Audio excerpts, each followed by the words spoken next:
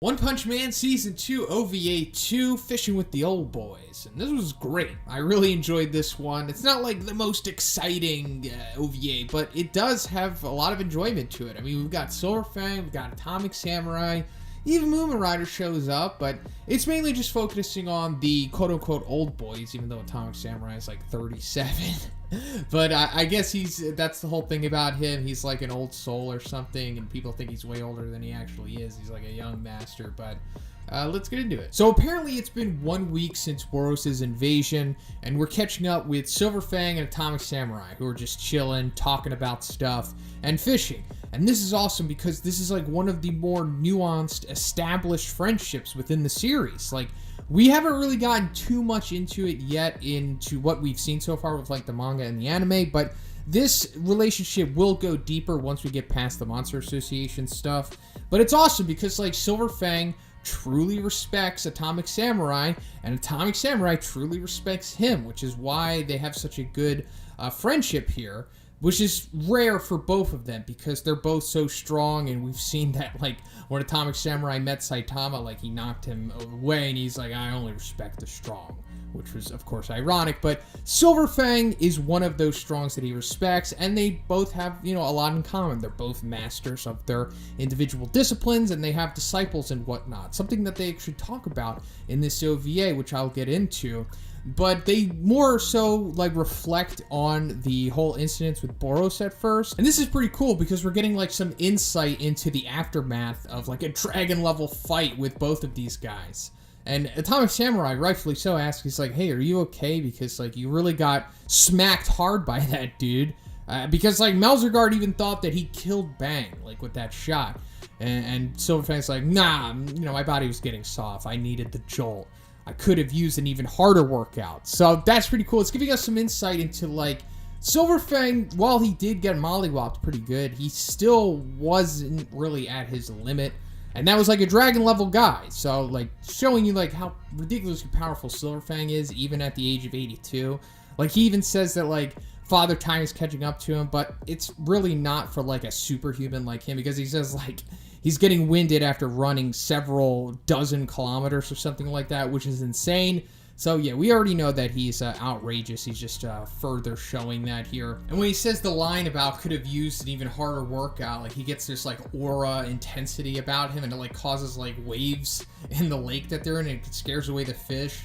And Atomic Samurai is even capable of doing like the same thing when he says like how much sharper he's become after he's laid off going hard on the Saki. So just showing like S-class level dudes like almost have like a DBZ quality to them, to where like when they start like getting serious, they can just cause like shock waves from their just aura or whatever they can produce from their intensity, if you will. It's pretty cool. It's just like they're just so ridiculously powerful, especially compared to the other heroes that we see in this OVA, such as Chain and Toad and Moomin Rider. It's always nice when he shows up, and he's more psychotic than ever in this episode, and we'll go more into that. But Chain and Toad, one of the members of Death Gatling's crew to take down Garo, famously we saw him in Season 2, we got we got a straight up webcomic spoiler about this dude in this episode. So I'm going to tell it here. Don't worry, I'm not spoiling anything that's going to happen. But the whole thing about this being a spoiler is that what Silver Fang says about him, to where he says like some heroes even have to wear a mask to improve their popularity.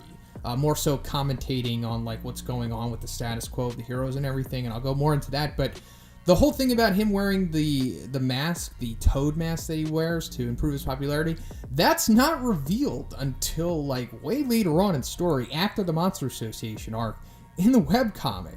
So that's all I'll say, but pretty interesting that they dropped that line here. But some more cool insight we're getting in this OVA is the iron, because Silver Fang asks about him, and Atomic Samurai's not even worried. He's like, yeah, he lost his arm, but he's training to be even better than he was with one arm. So he's like doing Shanks style stuff here, like just one arm training, trying to get way more powerful than he was originally. And it's cool because, you know, E-Iron's awesome, and I think he's going to be a future S-class hero, and I think this might be giving us more insight into that. But just give him a robotic arm. Like, instead of just training harder, just go to the Hero Association and be like, give me a robotic arm. Or go to Child Emperor or somebody. Just like, come on, stop messing around here. It's cool to get more powerful and everything, but you live in a world where like having a robotic arm is not, you know, far-fetched. I mean, in our own reality, it's not that far-fetched now, but you know, you can have like crazy cybernetic future stuff in their world. So come on, stop messing around. And in this sequence, we're getting a deeper look into Silverfang as well, because Atomic Samurai's like, yeah, E-Iron's awesome. He's like the perfect disciple. And Silverfang's like, yeah, I thought I found it in him too, referring to Garo. And then he says, yeah, you could say it broke my heart. So, yeah, I mean, that's showing that, like, yeah, I mean, he's, like, saying it nonchalantly here, but it straight up broke his friggin' heart when he thought that he had found the perfect successor, the perfect disciple with Garo to carry on his legacy of the water stream. And then he just turns out to be this insane, crazy hero hunting savage dude who doesn't really want to pass on the legacy. He just wants to be the most powerful monster. And it's like, that's showing how conflicted he was in Season 2 when he was going after Garo, and why he didn't really kill him when he really had the chance to. So then another topic of conversation, which is setting up a future storyline here, is when they're talking about how like the new young heroes are all brash and they're like not that powerful and they just care about nonsense, and they're like, yeah, the Hero Association's methods are to blame for that. Points, ranking, and popularity, they've all lost sight of what it means to be a hero. So yeah, setting that up, the Hero Association, what they're doing is not cool with most of the heroes. And then Silverfang, the whole thing about what it means to be a hero, because we have to remember that Silverfang was like, you know, he's 82, and he's been doing this, we can assume, like just nonchalantly killing monsters and stuff like that for the last, I don't know, 60 years, and the Hero Association has only been around for 3 years, so he's been like a true hero for like ever, pretty much, and like all of the new ranking and popularity and points is just like nonsense to him. So then we're introduced to the new monster of this OVA by the name of War Salamander. So this guy, not too powerful. I'm gonna assume maybe he's like a mid to high tiger, somewhere around there. Definitely not a demon, but much more powerful than what a wolf would be, considering the thrashing that he gives Moomin Rider and Chain Toad. But also after this sequence with the monster being revealed, Silverfang and Atomic Samurai also mention another future storyline little topic of conversation when they say that, have you noticed the increase in vicious monsters lately? Quantity and quality. This is mentioned quite a few times throughout the series. And it's kind of just subtle because they just say it and then they move on. They don't draw too much attention to it. They don't linger on this topic. But this is something that has been happening. Like lately, in the, you know, the, I don't know, the most recent span of time, a year or two, maybe more than that, maybe the last couple months, there's just been more monsters. Like ever since we first saw Saitama, you know, take out Marugori or Beefcake, it's just been talked about. Like, there's more monsters. Like, why is that? Well, we're gonna find out eventually. So then the War Salamander just straight up eats Chain and Toad, and then Moomin Rider, as psychotic and reckless as ever, jumps into the lake and tries to take him down, but just winds up getting wrecked for his effort. And then Atomic Samurai and Bang finally decide to step in, and we're just seeing how crazy skillful and powerful Bang is, because he just plucks the War Salamander out of the water with like his hook and his fishing line. Like, really crazy feat of power here. And then Atomic Samurai kind of like does a mild atomic slash to him, but cuts him up, but then is able to navigate around him to push Chain and Toad out of him, who conveniently was still alive in that span of time. And then we get another really cool part of the OVA when they're like, we can't afford to wait on the new heroes to become more powerful. As more and more monsters show up and just keep getting stronger and stronger, we're kind of going to have to do it ourselves. And then Silverfang's like, well, there is one guy out there, so I think we'll be alright. And then Atomic Samurai's like, who? And he's like, is he stronger than the disciples? And he's like, man, he's even stronger than me. And then he says, I think, or something like that, which kind of puts some doubt, but Bang definitely knows that Saitama is like light years ahead of him and everyone else. And then he says something really cool. He's like, you've actually met him. And Atomic Samurai's like, who is it? And he's like, you'll find out eventually. And I love that, because Silverfang is like the perfect person to deliver this line, because that's just who he is. He's not the type of person like, yo, yeah, it's that B-class BK Baldy dude that you met at the meeting and you slapped his hand away like an idiot. Yeah, he's actually the one above all. He's like beyond his extra level god, you know, but he's really cool, calm, and collected, and the perfect type of character who can, you know, hold in Saitama's true identity and just wait, for the right time to reveal it, or just let it reveal itself. Because like when he says you'll find out eventually, he's basically saying you're going to find out in 10 years. Real time, of course, but like in story, it'll probably be like, I don't know, 4 months or something. You just take it a guess. And then we get the end of the...